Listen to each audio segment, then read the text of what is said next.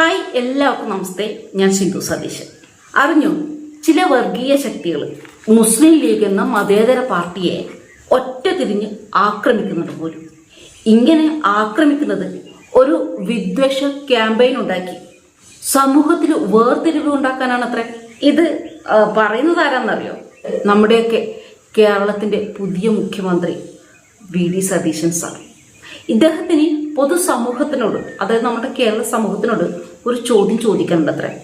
നമ്മുടെ ഇന്ത്യയിലെ Indian union മുസ്ലിം league ദുർബലമായി കഴിഞ്ഞാൽ ആ സ്ഥാനത്തേക്ക്, ആ സ്പേസ് ആരാണ് കൊണ്ടുപോവുക? ഇതാണ് പൊതുസമൂഹത്തോട്, നമ്മുടെ കേരള ജനതയോട് VD സതീശന് ചോദിക്കാനുള്ള ചോദ്യം. ഇനി നിങ്ങൾക്ക് ഉത്തരം കിട്ടിയില്ലെങ്കിൽ നിങ്ങൾ വിഷമിക്കൊന്നും വേണ്ട. ഉത്തരം അദ്ദേഹം തന്നെ പറയുന്നുണ്ട്. വർഗീയ ശക്തികൾ ആ സ്പേസ് എടുത്തിട്ട് പോകും. അങ്ങനെ അവിടെ ഒരു സാമ്രാജ്യം ഉണ്ടാക്കി മതേതര മുസ്ലിം ലീഗിന് നേരെ പടപൊരുതും. ഇതാണ് ഇദ്ദേഹം പറയുന്നത്. അങ്ങനെ ഈ വർഗീയ ശക്തികൾക്കെതിരെ, അല്ലെങ്കിൽ ഈ വർഗീയ ശക്തിയെ തടഞ്ഞു നിർത്തുന്ന ഒരേ ഒരു പാർട്ടി ഏതാണെന്ന് ചോദിച്ചു കഴിഞ്ഞാൽ സതീശൻ സാറിന് ഒറ്റ ഉത്തരമേ ഉള്ളൂ. അതാണ് മുസ്ലിം ലീഗ്. സത്യത്തിലെ അധികാരത്തിൽ വന്നത് VD സതീശൻ മുസ്ലിം ലീഗിന്റെ നേതാവായിട്ടാണോ അതോ കോൺഗ്രസിന്റെ നേതാവായിട്ടാണോ ഏതാണെന്ന് തിരിച്ചറിയാൻ പറ്റാത്ത ഒരവസ്ഥയായിരിക്കുന്നു, അല്ലേ?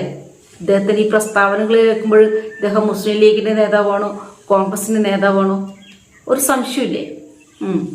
1921 ഊരിയ വാള്, അന്ന് ഊരിയ വാള് നമ്മൾ ആരും അങ്ങ് അറബിക്കടലിലേക്കൊന്നും എറിഞ്ഞിട്ടില്ല.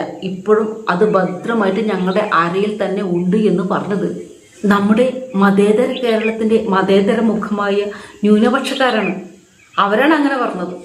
അതുപോലെ തന്നെ അമ്പലനടയിൽ പ്രാർത്ഥിക്കാണ്ടി പോകുന്ന ഓരോ ഹിന്ദുക്കളെയും കൂട്ടി വരിഞ്ഞു കെട്ടിയിട്ട് പച്ചക്കിട്ട് അങ്ങ് കത്തിക്കുമെന്ന് പറഞ്ഞത് മതേതര പാർട്ടിയായ മതേതര മുഖമായ മുസ്ലിം ലീഗാണ്. അതുപോലെ തന്നെ ഇന്ത്യയിലത്തെ, നമ്മുടെ ഭാരതത്തിലെ ഓരോ കാഫിറുകളും അവിലും മലരും കുന്തരിക്കും വാങ്ങി വെച്ചോ, ഉടനെ തന്നെ നിങ്ങളുടെയൊക്കെ കാലന്മാരായിട്ട് ഞങ്ങളൊക്കെ വരുന്നുണ്ട്, മര്യാദക്ക് ജീവിച്ചോ, ഇല്ലെങ്കിൽ നിന്റെയൊക്കെ കഥ കഴിക്കും എന്ന് പരസ്യമായിട്ട് ആലപ്പുഴയിൽ ഒരു പ്രകടനത്തിൽ പറഞ്ഞിട്ടുണ്ടായിരുന്നു. നമ്മുടെ കേരളത്തിലെ മതേതര മുഖമായ ന്യൂനപക്ഷക്കാരുടെ ശബ്ദമായിരുന്നു, പ്രതിഷേധമായിരുന്നു. ഇതൊക്കെയാണോ സതീശൻ സാറേ നിങ്ങൾ ഉദ്ദേശിക്കുന്ന മതേതരത്വം? ഇങ്ങനെയാണോ മതേതരത്വം പ്രവർത്തിക്കുന്നത്, പ്രകടിപ്പിക്കുന്നത്? മുമ്പ് ഒരു പ്രസംഗത്തിൽ മുസ്ലിം ലീഗ് നേതാവായ KM ഷാജി പറഞ്ഞിട്ടുണ്ട്, ഞങ്ങളുടെ പാർട്ടിയുടെ പേര് മാറ്റി പറഞ്ഞിട്ടൊന്നുമില്ലല്ലോ, മുസ്ലിം ലീഗ് എന്ന് തന്നെയല്ല പറഞ്ഞത്. എവിടെയെങ്കിലും കള്ളം പറഞ്ഞിട്ടുണ്ടോ? വല്ല ഡെമോക്രാറ്റിക് എന്നൊക്കെ പറഞ്ഞിട്ടുണ്ടോ? മുസ്ലിം ലീഗ്, അതാണ് ഞങ്ങളുടെ പാർട്ടിയുടെ പേര്. ഇന്ത്യൻ യൂണിയൻ മുസ്ലിം ലീഗ്, അത് തന്നെയാണ് ഞങ്ങളുടെ പാർട്ടിയുടെ പേര്.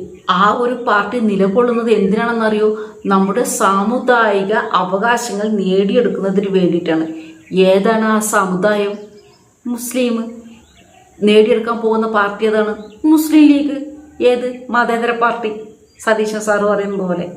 സത്യത്തിൽ ഈ പ്രസ്താവനയിൽ, ഈ പ്രസംഗത്തിൽ എവിടെയാണ് സതീശൻ സാറെ മതേതരത്വമുള്ളത്?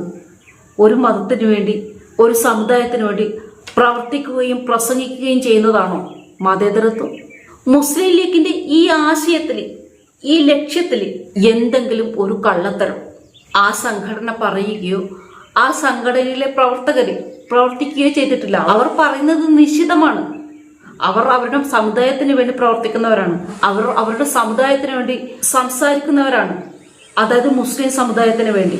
പിന്നെ എന്തിനാണ് സാറേ 24 hours മുസ്ലിം ലീഗ് മതേതര പാർട്ടിയാണെന്ന് വെറുതെ കള്ളം പറയുന്നത്? അത് മതപാർട്ടിയാണ്, മതത്തിന് വേണ്ടി നിലകൊള്ളുന്ന ഒരു പാർട്ടിയാണ്. അങ്ങനെ പറയോ? അതല്ലേ സത്യം?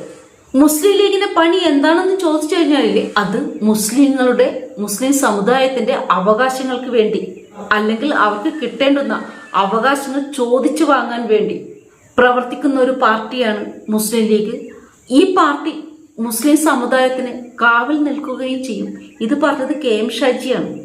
അങ്ങനെ ഒരു മതത്തിന് വേണ്ടി അവരുടെ അവകാശങ്ങൾ പിടിച്ചു വാങ്ങാണ്ടി വരുന്ന, ചോദിച്ചു വാങ്ങാണ്ടി വരുന്ന, ഒരു മതത്തിന് വേണ്ടി മാത്രം നിലകൊള്ളുന്ന, ഒരു മതത്തിന് വേണ്ടി മാത്രം പ്രവർത്തിക്കുന്ന മുസ്ലിം ലീഗ് പാർട്ടി എങ്ങനെയാണ് മതേതര പാർട്ടിയാവുന്നത്?